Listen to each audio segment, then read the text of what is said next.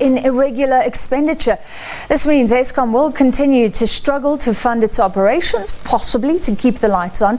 And of course it means price hikes. To discuss, we're joined by Ted Blom from Mining and Energy Advisors. Thank you for being with us, Mr. Blom.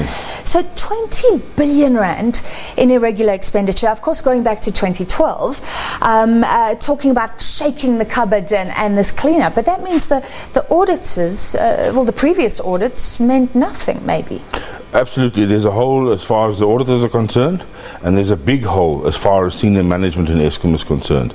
And in fact, the 20 billion in irregular expenditure is actually on the light side.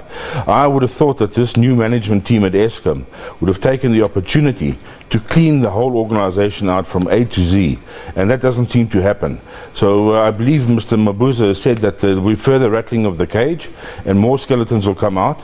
I picked up 10 skeletons that I thought would come out today and had hoped it would come out today, which would absolutely cleanse the organization. They've only highlighted one, so there's plenty more skeletons to come. So you mean it's an absolute mess? Absolutely.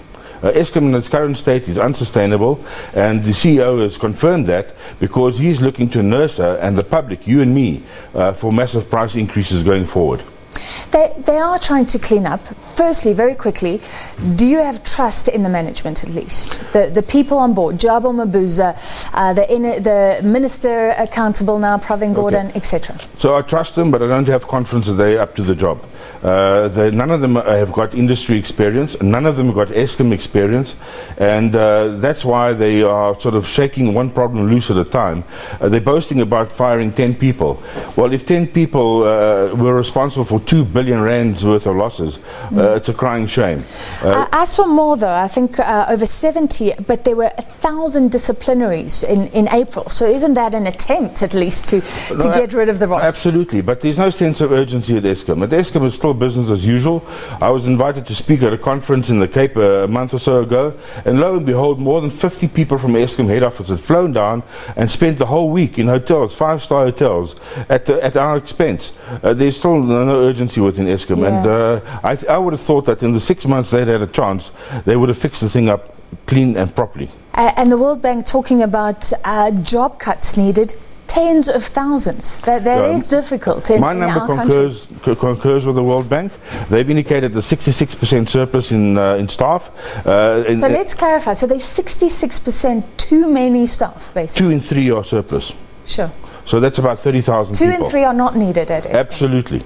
They're either not at work, or they're hampering their activities, or they don't know what they're doing. They're just sitting there and getting a paycheck, a fat paycheck.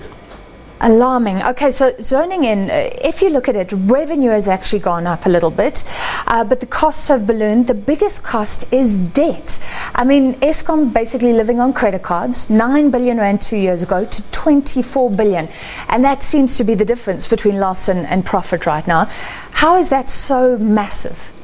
Well, it's because of corruption. As far as I could pick up, Eskom has raked 1.4 trillion out of the market in form of higher tariffs and debt over the last 10 years to fund 100 billion rands worth of assets. So there's about 800 billion, 900 billion that's completely missing.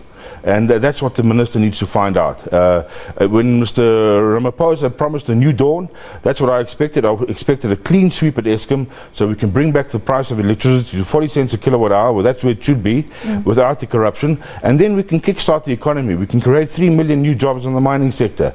And we can get the new broom, the new dawn of South Africa awakening. But under the current scenario with business as usual and this drips and drabs cleaning up of Eskom, I'm afraid it's not going to kickstart nobody. Isn't there a structural problem with Eskom's mandate, which is not only to look after our current power grid, but to plan for the future, to build? I mean, when nuclear was mooted, that was also on Eskom's plate. This means more debt. It can't handle the task. It's an impossible task. Shouldn't that be maybe the capital expenditure for the future be taken somewhere else? Something's got to give. Well, Eskom's already indicated that they've kept capital expenditure over the next few years at 45 billion rand, and that means to you and me that Medupi and Kusile are not going to be finished immediately, but are going to cost even more than the 300 billion that I estimate they will cost until completion. And it's just unfounded. I mean, what we really need, ma'am, is a clean up from A to Z. All these costs and bloated costs and additional borrowing, it's all nonsense. It's all part of the corruption and the capture of Eskom. If the Eskom has cleaned its act up, if they had enough people to do the job, because that's the other problem. They've got 3 people fighting an organization that's known to be corrupt. And that's an impossible task for 3 people to do. They need to put more manpower in if they're serious about the job, and they need to be very, very serious about following up on leads that have been presented to them. What does this mean for us? Eskom wanting to claw back those previous hikes. It does have the ability to do that, to go to NERSA and say you didn't give us enough last time. Apparently they want 33 billion rand. So what sort of price hikes does that mean for the average consumer? So under the RCA 5, which is still going to come in, I anticipate 30 billion rand in claims, which is close to your 33 billion. Then this year, before the end of the year, they need to do the multi-year price determination, MYPD4. And that's notionally a 3-year program, and I expect 30%, 50% and 30% for the 3 consecutive price increases under that program. Sure, so we're looking at 30% increases just this year. That's just on the clawback. Yeah. And then 30% for next year. This year we've got a 5%. So for the next financial year, 2019-2020, I expect 30%, 2021, 50%, and 2021-22, 30%. Which is very difficult for consumers to swallow.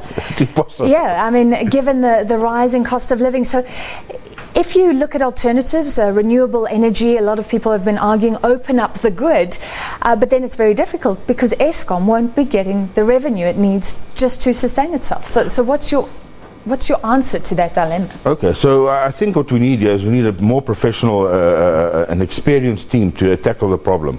Obviously, the 3 gentlemen in place have had a hard time clawing their way through the organization.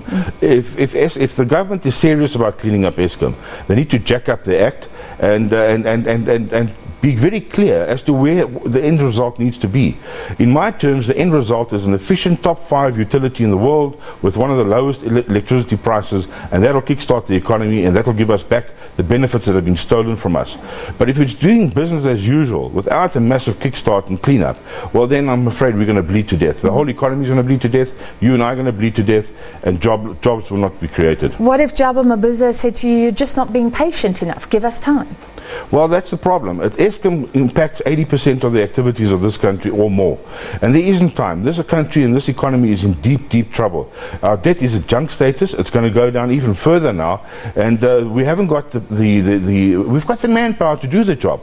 We just haven't got the will. We haven't got the political will to call in, to roll up the sleeves and get the job done. All right. You're making the bleak numbers sound even worse, but thank you for being with us. That was Ted Blom from Mining and Energy Advisors.